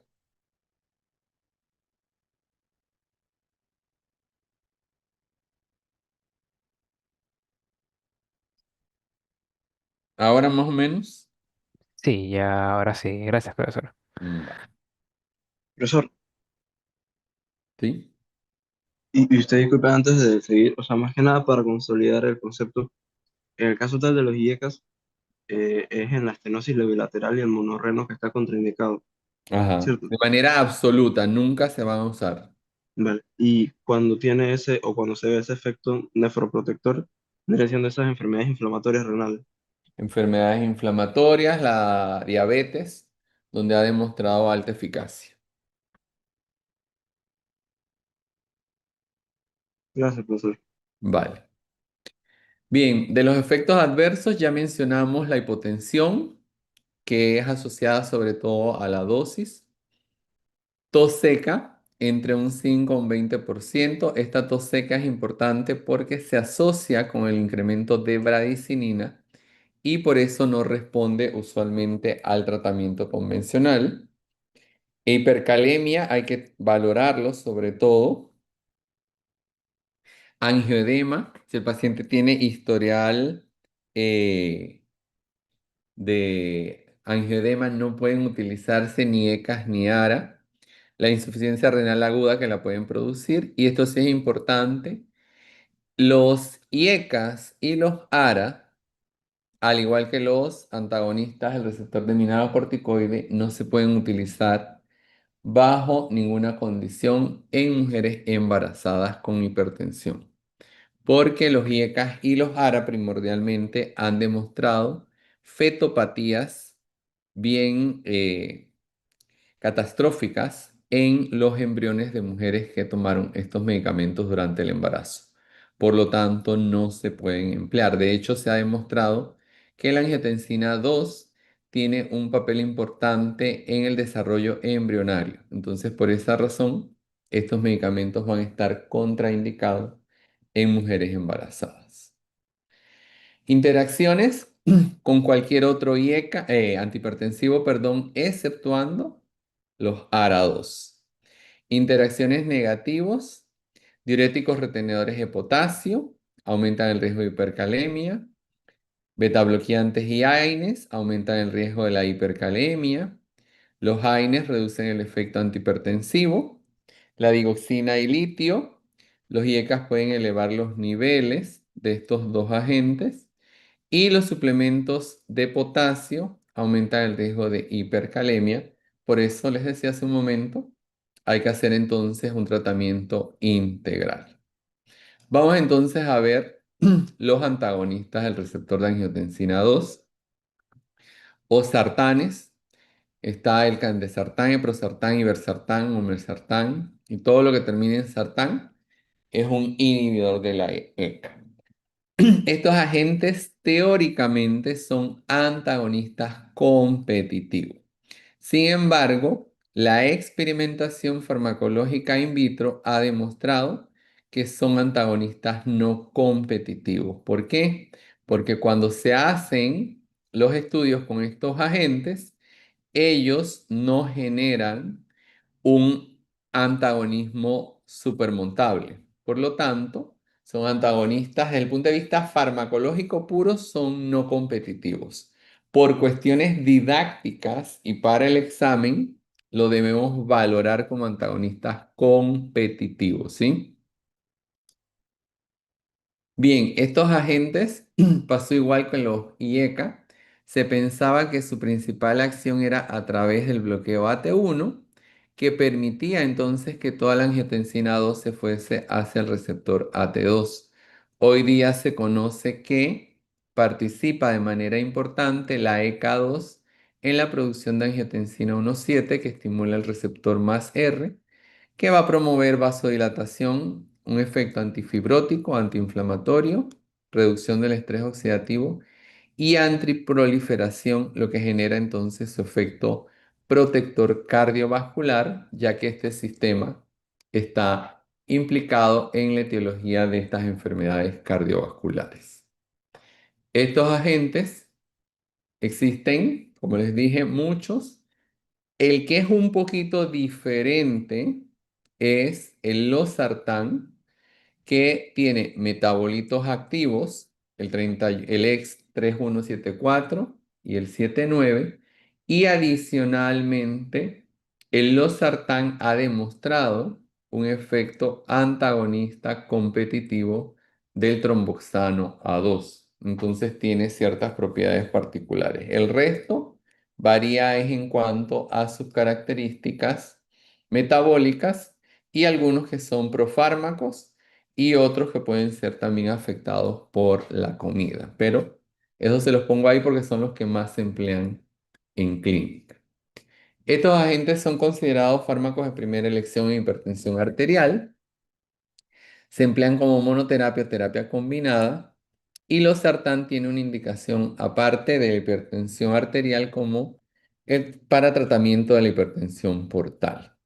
Son renoprotectores en pacientes diabéticos y usualmente se emplean como una alternativa a los IECAS cuando los IECAS el paciente se queja de mucha tos, ¿sí?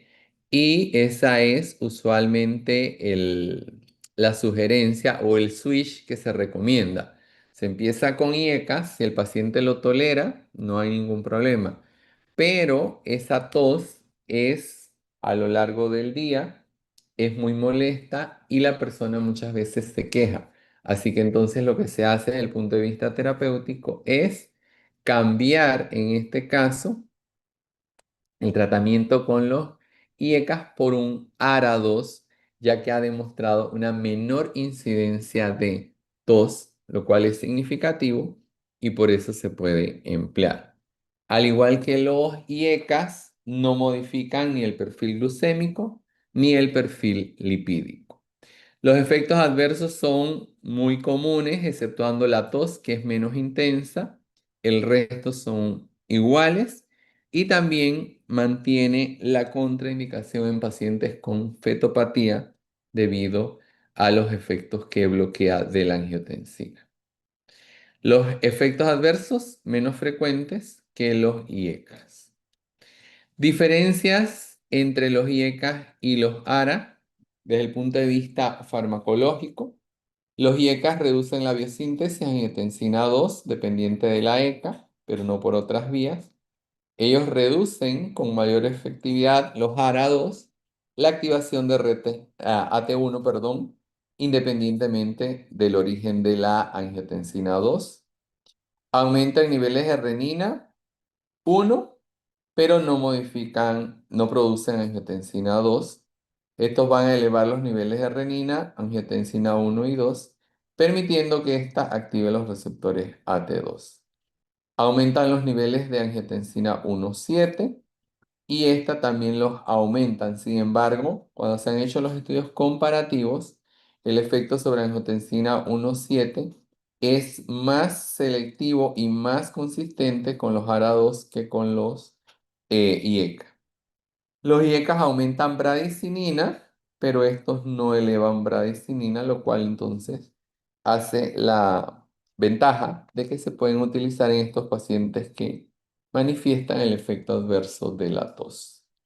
A pesar de estas diferencias farmacológicas, no se ha demostrado superioridad de un grupo sobre otro. Entonces, eso está bien establecido y muchas veces su uso queda es a criterio clínico y basado en la experiencia del paciente. Aquí están estudios comparativos de los IECAS y ARA, no se muestra un efecto significativo para uno sobre el otro, ya sea en eficacia, evaluando mortalidad cardiovascular, infarto al miocardio, ictus o enfermedad renal en estadio final. También la seguridad después de descontinuación y la tasa de discontinuación para IECAS y ARA, no hay diferencias significativas en esos casos. Para lo que mencionamos hace un momento de la evaluación de los cambios en la tasa de filtración glomerular que ellos pueden producir, el punto de corte es el 30% de elevación. Es decir, si un paciente tiene un valor de creatinina que basal y luego del tratamiento se eleva, esa elevación no debe ser mayor del 30%. En ese caso, si el paciente presenta este incremento mayor del 30%, habrá también que descartar otros posibles daños renales, pero si es solamente el medicamento, en ese caso se debe descontinuar.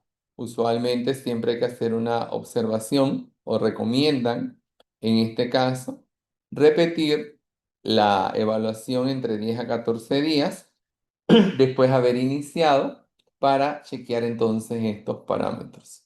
Si el parámetro sigue aumentado, entonces se sugiere el cambio de la medicación, recordando siempre que debe ser entonces un antagonista de calcio del tipo de las dihidropiridinas el que reemplace al IECA o el ARA para este tipo de pacientes. Igualmente, recuerden que el valor de creatinina es un valor que puede ser modificado por deshidratación. Entonces, siempre hay que garantizar que el paciente tenga una hidratación adecuada durante la evaluación. Pero el punto de corte es más del 30% de la basal. Entonces, volvemos a hacer énfasis.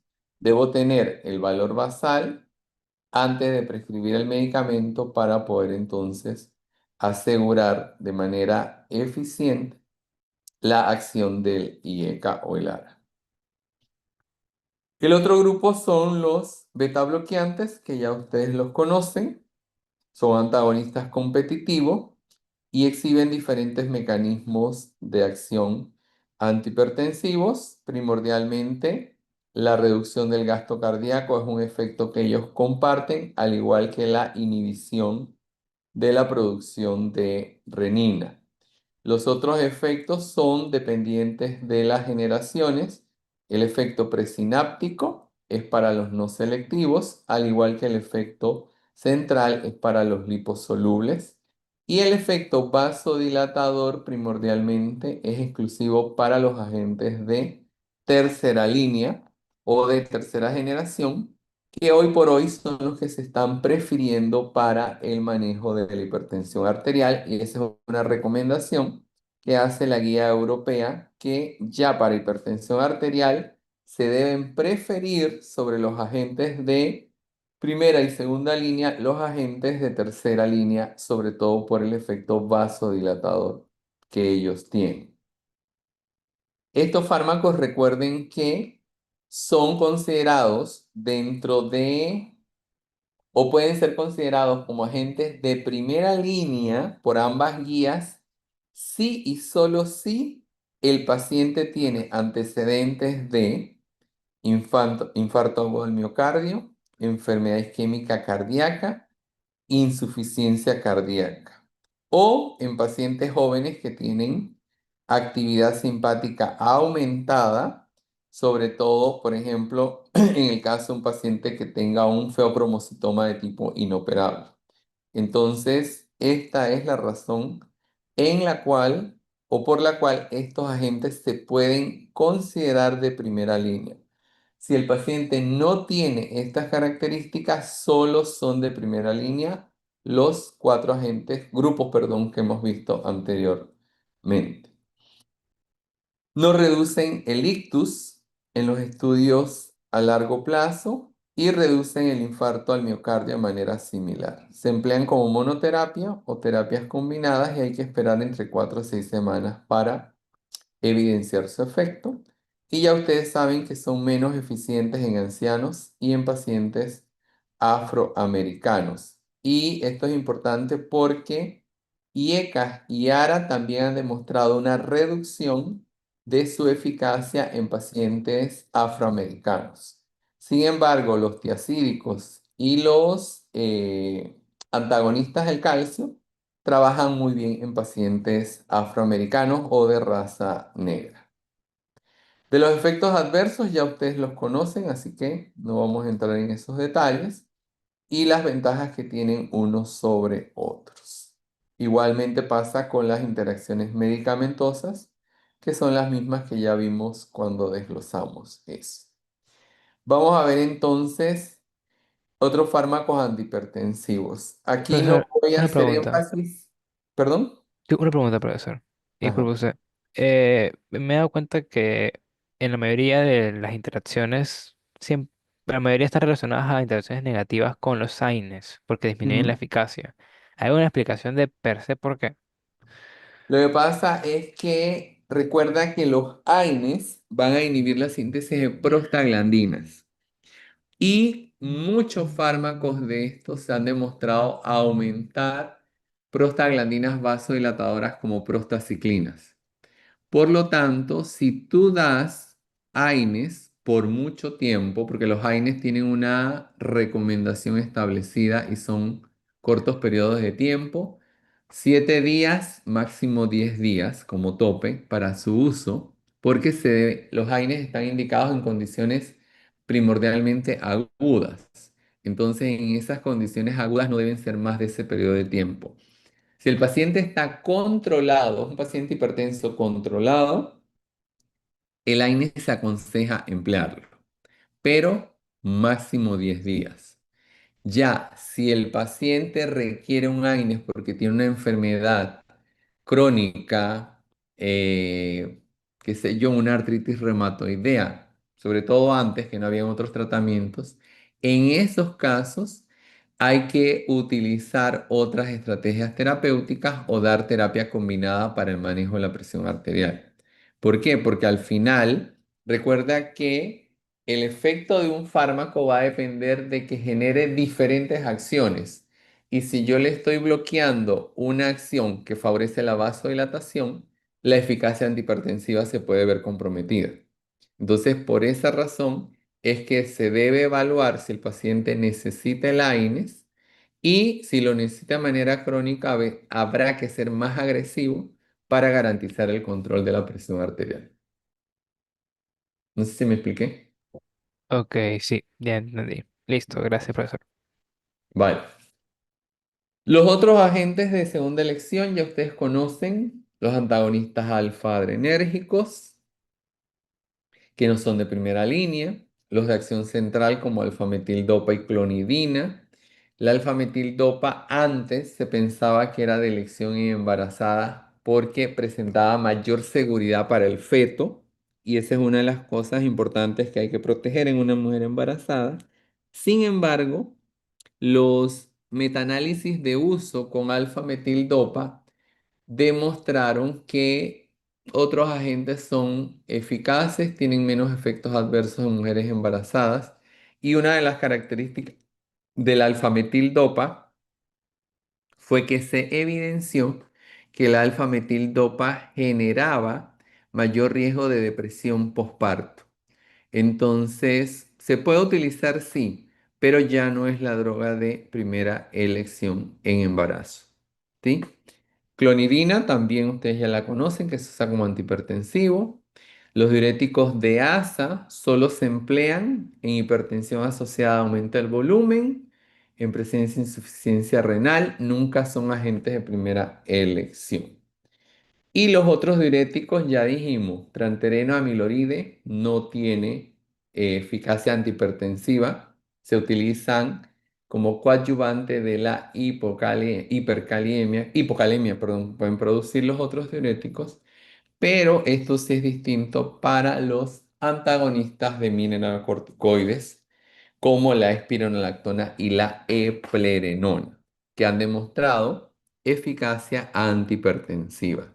Están en estudios los antagonistas del receptor de aldosterona de tipo no esteroideo, como la finerenona, que ya está en estudios de fase 3 para el manejo de la hipertensión arterial, donde ha demostrado alta eficacia y tiene mucho menos efectos adversos que la eplerenona y tiene la ventaja de que no tiene efectos en el sistema nervioso central como los otros que son esteroideos. Entonces es una ventaja que tiene estos agentes, los del antagonistas del receptor de mineralocorticoides como grupo, no se emplean de primera elección en hipertensión arterial, sino que se emplean sobre todo o tienen importancia en lo que se conoce hipertensión arterial resistente.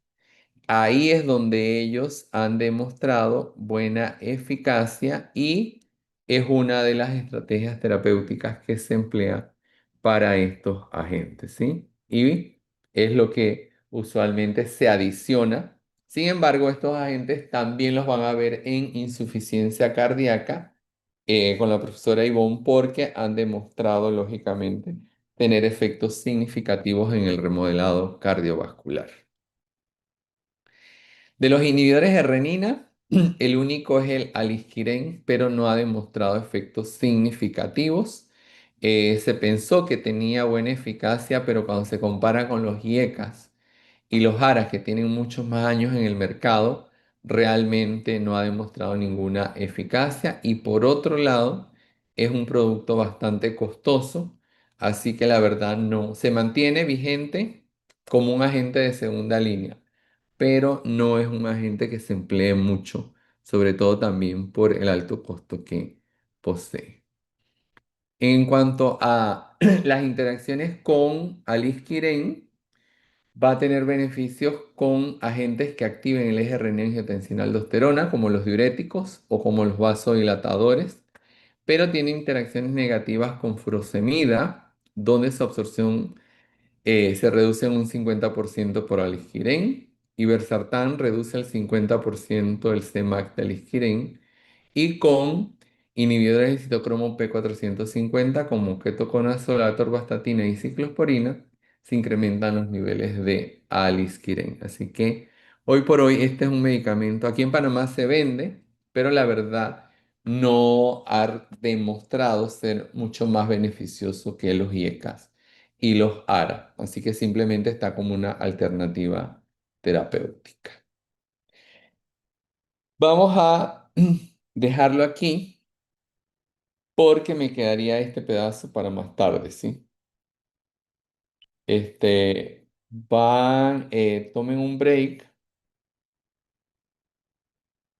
de unos 20 minutos para que entonces ingresen y atiendan a la profesora Ivonne, ¿sí?